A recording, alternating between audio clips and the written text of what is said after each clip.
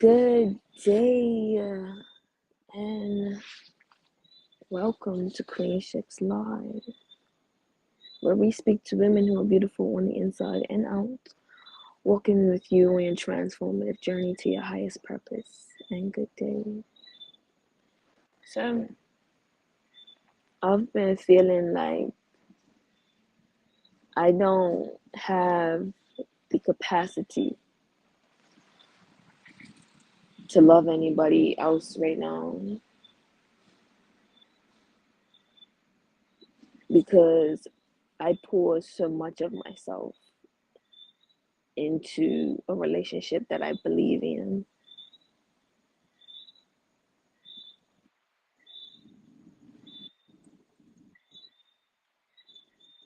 And it's not like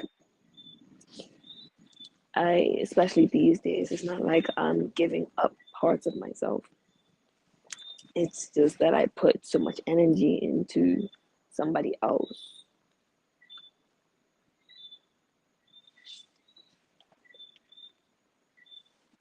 And, if a relationship doesn't work out, I just don't think I have the capacity to entertain any other relationship.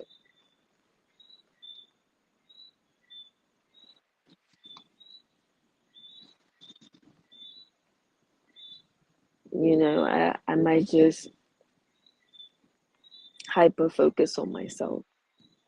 I was already focusing on myself, going to physio, investing in workout equipment, actually using it then, detoxing, um, taking supplements, and I feel like I'm getting myself back. But I feel like there's a part of my life that needs to be removed or eliminated so that I can truly hyper focus on myself. Because the worst thing is to tell somebody, to basically pour my heart out and tell somebody my past and what I've been through, and for them not to put any effort into not having me relive the same pain, trauma.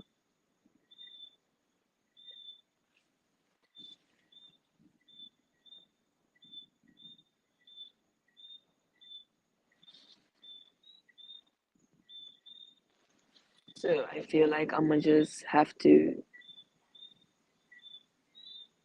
really live in my own world. I've already cut off a lot of my family or relatives, not because of the relationship. I can't say it was because of the situation that I'm in or because it was because of somebody else, but because I feel no support. There's no support around me. There's no loyalty. There's no understanding. There's no safety. There's no protection. There's no,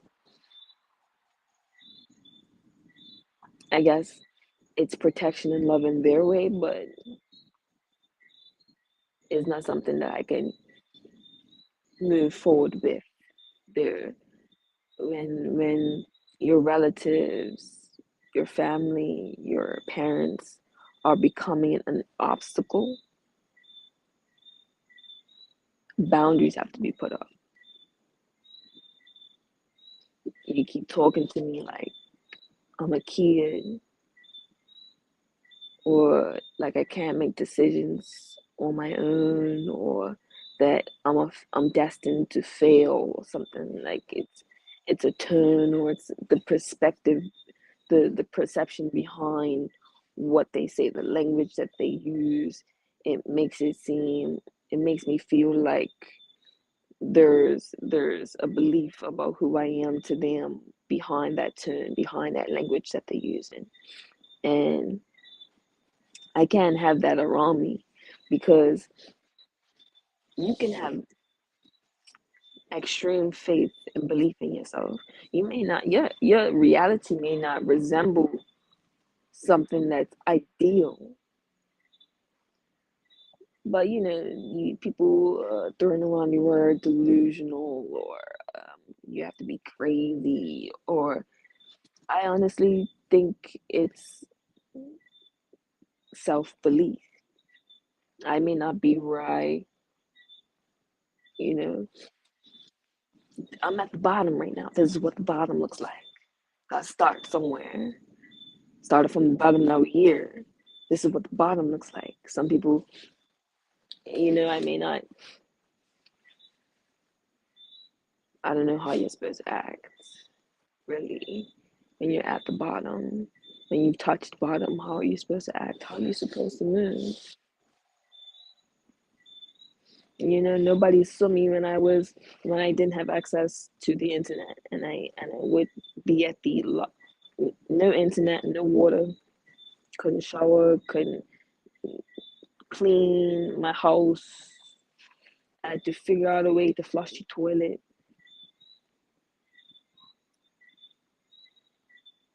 Nobody saw me out at the public library 2 o'clock in the morning to get work done, because I can't escape the the vision or the ideas that God placed in me, and I'm gonna put it out. I'm gonna write it down. I'm gonna figure it out as I do. When I say I don't have any support, for instance, I was writing my book. I was handwriting my book. My first book, I self-published it on Amazon. It's called Love You to the Moon and Back, the everlasting journey of self-love, by yours truly, Jakina C. Farcon. And I told my dad about it, and he was like, "Is it done? Is it finished?" And then when it was finished, I don't remember the response, but it was definitely a response where it was like, "Okay, if I ever do anything, I'm not telling you about it."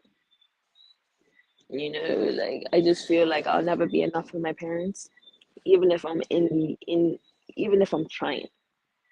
Like, it's not like, I mean, writing a book. Writing a book requires you to really sit down and write a book. It doesn't look like much. When you're literally writing a book, it don't look like much at all. It just looks like you're at a computer.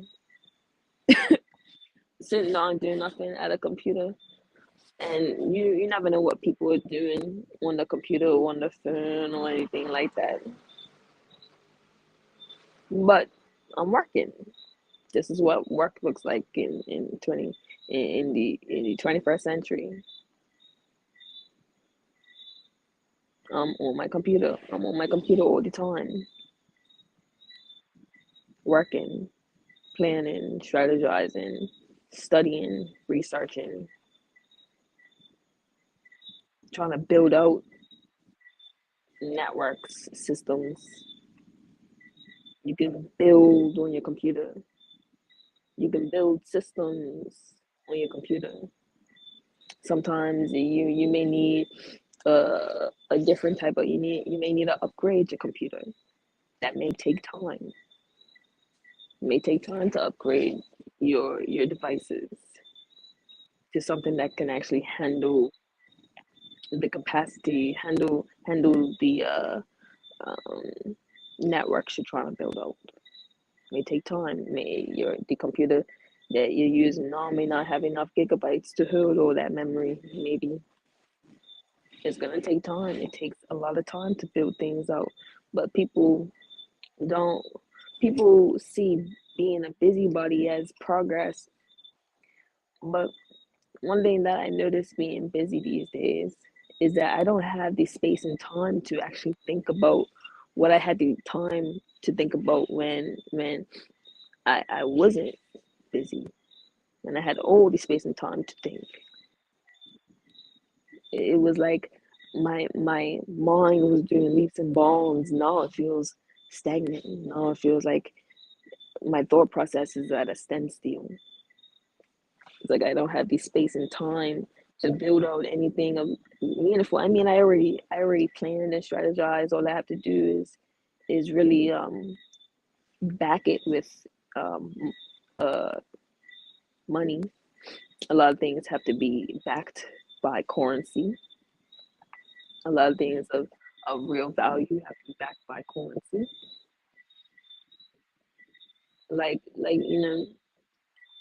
energy is currency. And I was really down on myself today because, and it's like I'm gonna be down on myself, but then my higher self is active. So it's like I'm really guiding myself through it, and I really wanted to come on her because, like I said before, it's like I'm documenting, and I wanted to just focus on my world, build out my world.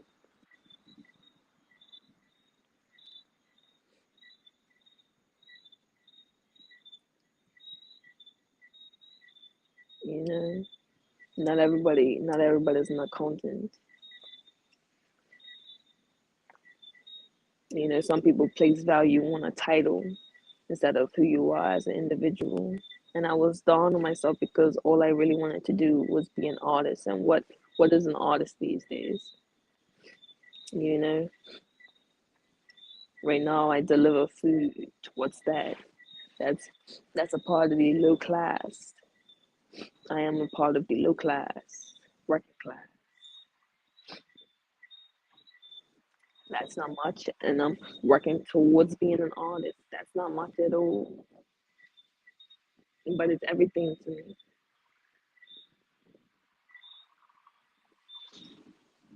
because I feel like my art says something. I'm not just I'm not just winging it or painting what I see. No offense to people who do still art. I do conceptual art. So art where you have to think about, like that artist that created the comedian or comedy. Is that called the comedian or comedy? The famous $1 million art piece that sold to Sam. Oh man, I don't think his name's Sam. Is it Jason? Jason Lee? Oh man, that's bad. Was it Jason's son?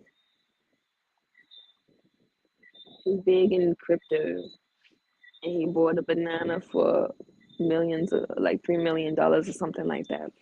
So the artist behind that piece, he does a lot of thought-provoking pieces. That's just one of them, one of his most recent. Something like that. His art, something that's thought-provoking. I don't want to just wing life. I want every step that I take to be intentional. I live in my truth. I don't, people are going to think what they want to think anyways. People are going to believe what they want to believe.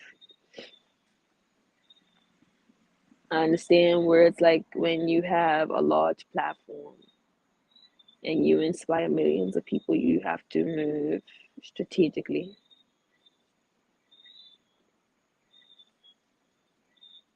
And you have to keep up certain facade. Actors do it all the time. Celebrities do it all the time. Where if you're doing a movie,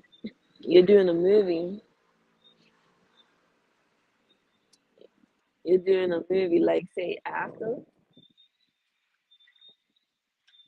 Is it called after? After everything, it was like a series, and the two main characters, you have to be seen with each other in public. It's like um, the fourth wall principle or something like that, where It's like you're bringing what's in a movie into real life, and people eat that up. And you guys could be genuine friends, but in the movie, you guys are in a relationship. So you guys have to make it seem like you're in a relationship in real life, and you both could be married to different people.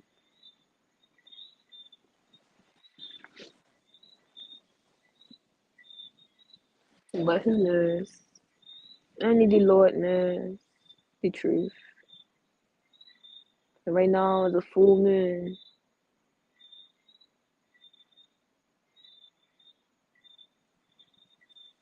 and the truth can't stay hidden like the sun and the moon. Try to hide the moon. Try. Try. Try to hide the moon. Like how you try to hide the truth.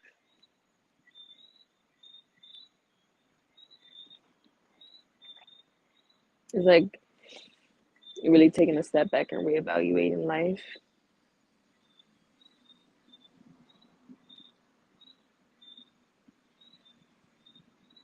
Do you really want to be with somebody who has practiced creating a facade for years, building a facade, lying?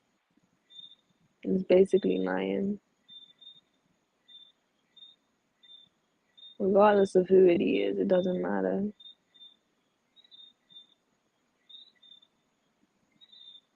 Somebody who disregards your feelings or doesn't prioritize them.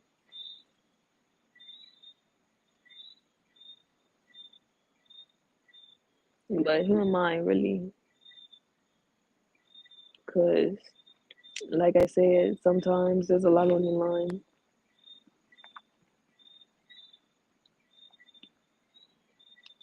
Some things are honorable and some things just take understanding. Where do you draw the line? But I really think hyper focusing on yourself. I'm not sure because on social media they post a lot about like, oh, this is how girls are and this is how men are, and I really think that's an unfair comparison when you're speaking about immature people. Because boys act the same way as girls do, like erratic, impulsive, compulsive, um, excitable, meaning easily angered. They take the anger out on people. They misplace the anger. They misplace the energy. Boys and girls are the same as men and women. You know, you gotta place your energy somewhere that's constructive. My default setting, I'm actually trying to fight my default setting where it is to self destruct. Smoke a little something, drink a little something, hit up Ace Boy, my little plaything, find a little plaything for the night. Cause why not? I'm single. I'm single. Why not? I'm a bachelorette. Why not indulge in the pleasures of life?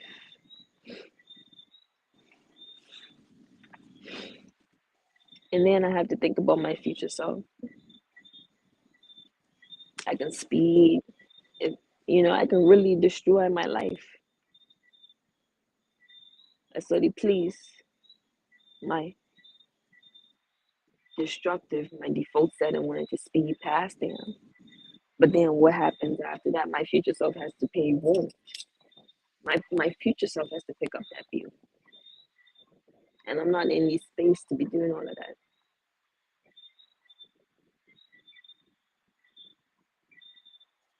To have to undergo the unnecessary. To live out the unnecessary when I could use right now to check myself before I wreck myself.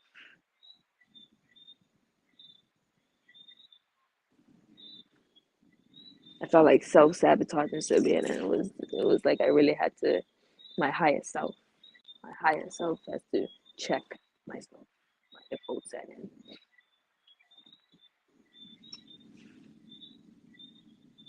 And although I'm upset, I still see signs and synchronicities.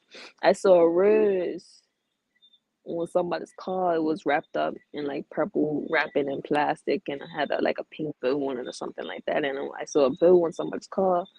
I was walking to the grocery store, and then when I came back, the car was going, and the rose was laying on the wall. I'm like, that's a omen. After your flowers,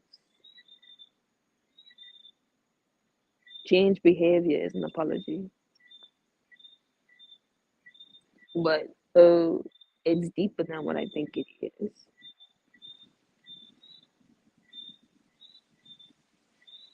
I see why long distance is a rare flag, because the only thing that's holding your relationship together is your imagination.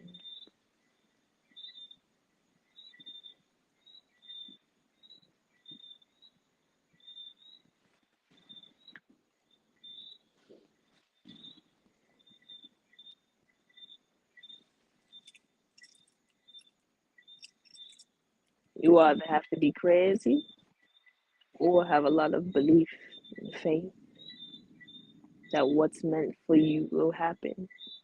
I just don't want to be barren by the time I find somebody worthy of being with and worthy of being with me.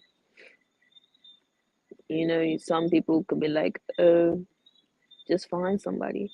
I don't play around with my heart. I consider the life I'm gonna live with that person, the life, growing old with somebody. You don't want to have to tolerate the person that you live with. That's not a life worth living. You gotta find somebody worth sharing life with, worth growing and going through life with,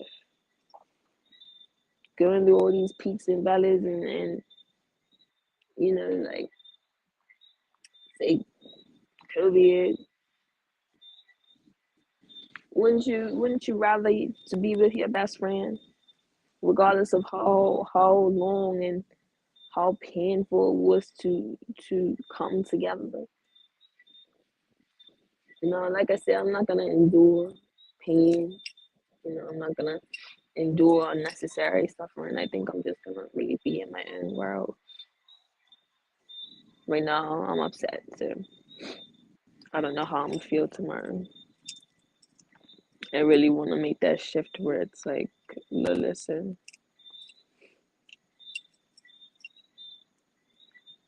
right now, how I'm feeling is, look, I don't care what you do. Just leave me out of it. I don't want to be involved with whatever you got going on. Matter of fact, don't call me. Call me when you're ready. Don't call me.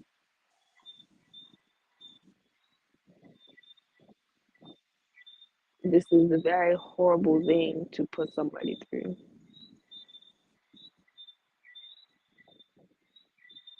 Is it all in my head? Only the Lord knows. Is it fabricated in my thoughts? Only the Lord knows. Did I make it all up? Only the Lord knows.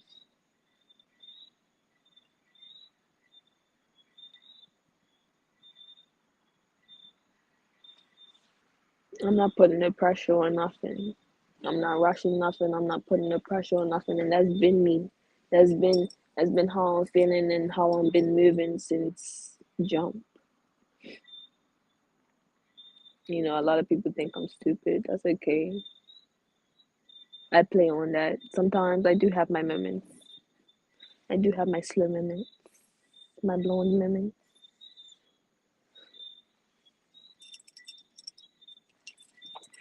And if you ever learn from, I'm not sure if anybody knows uh, the true side of Paris Hilton, where she plays on the whole dumb blonde, um, what's it called? When people have an idea of who you are based off of your appearance.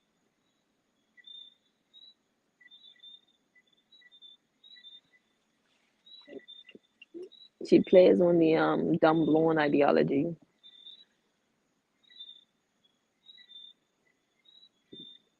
and she plays it to her strengths. You know, a lot of people actually like to feel smarter than you. You know, people feel good when like say Paris Hilton, she's got a big name.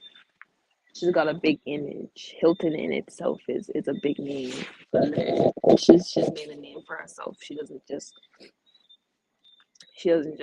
live over her last name and hasn't made anything of herself. But she's actually really smart and down to earth. Like she's been through a lot and everything. I think there was a documentary on her. And she's a businesswoman. She's got a husband and kids. I think she has a brand of like cooking supplies or some kitchen supplies, something makeup. She's a DJ. She's got a lot of things going on. But the thing was is that she plays on how people perceive her. Oh, you think I'm dumb? I'm gonna play on that, and I'm gonna move in silence. Like people, when people underestimate you, they leave you alone because they think you're not really doing nothing. You're not really doing much, anyways. I guess it's like a out of sight, out of mind thing. You know, like if nobody knows that you're fruitful, if nobody knows that you have an abundance of knowledge, if nobody knows that you have big ideas and you're actually executing on them, then people tend to leave you alone. When I was growing up, so it's actually called neglect. How I saw it was I saw it as freedom, but psychology calls it neglect. When I was like 6, 5, or something like that, when I was a kid, I would always go out for walks by myself, uh, venture around the neighborhood, take my little bag, pack my bag for the day, and I would just go on adventures by myself all day. My parents weren't wondering where I was. I'll come home, they wouldn't ask me where I was and how my day was and nothing like that. I could do whatever I wanted, basically, because I stayed quiet about it. The only time they came looking for me was when I brought my baby sister with me. And from that day on, she never came with me on my adventures. Because if I move with her, I can't do what I want.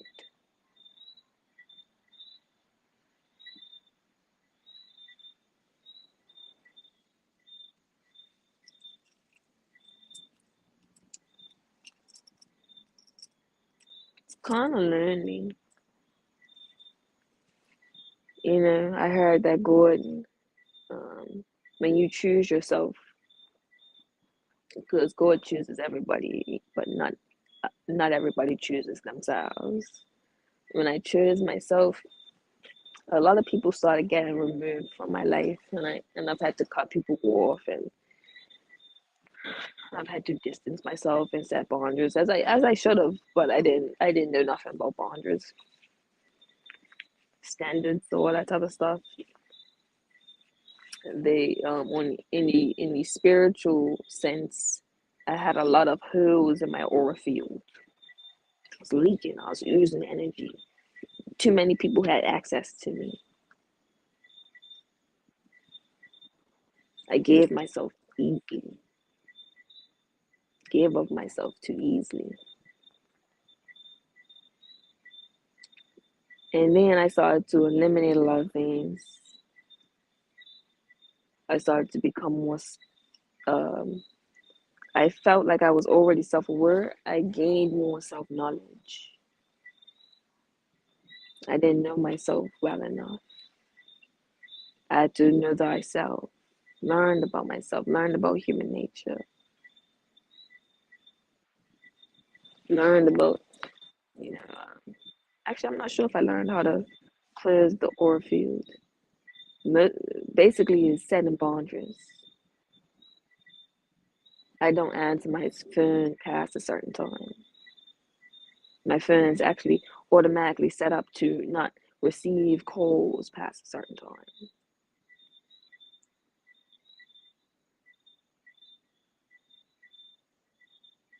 And then setting boundaries with yourself.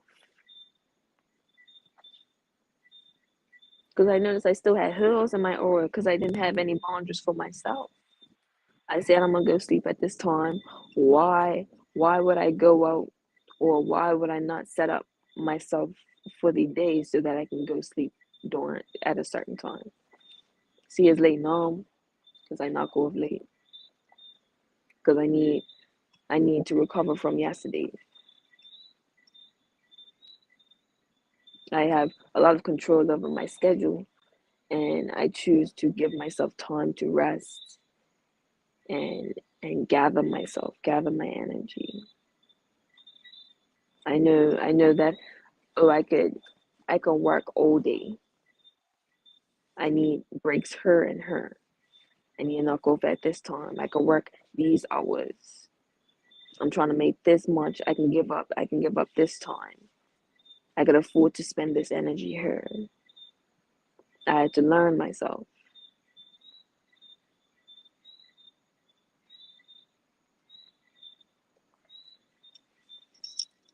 It's like when I chose myself, I became more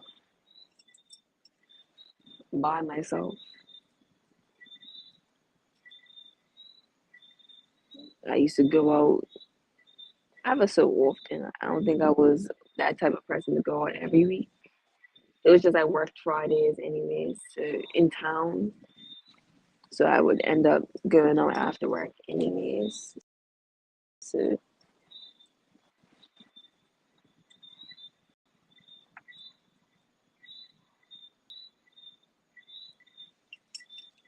but I used to have a lot of people around me.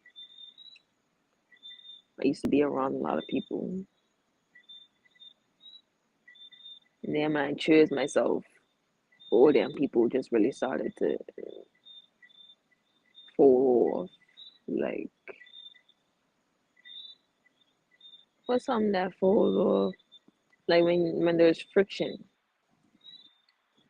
So the in chemistry, dissociation, from how I understand it, is when there's friction, when you're becoming a new version of yourself and you start shedding skin,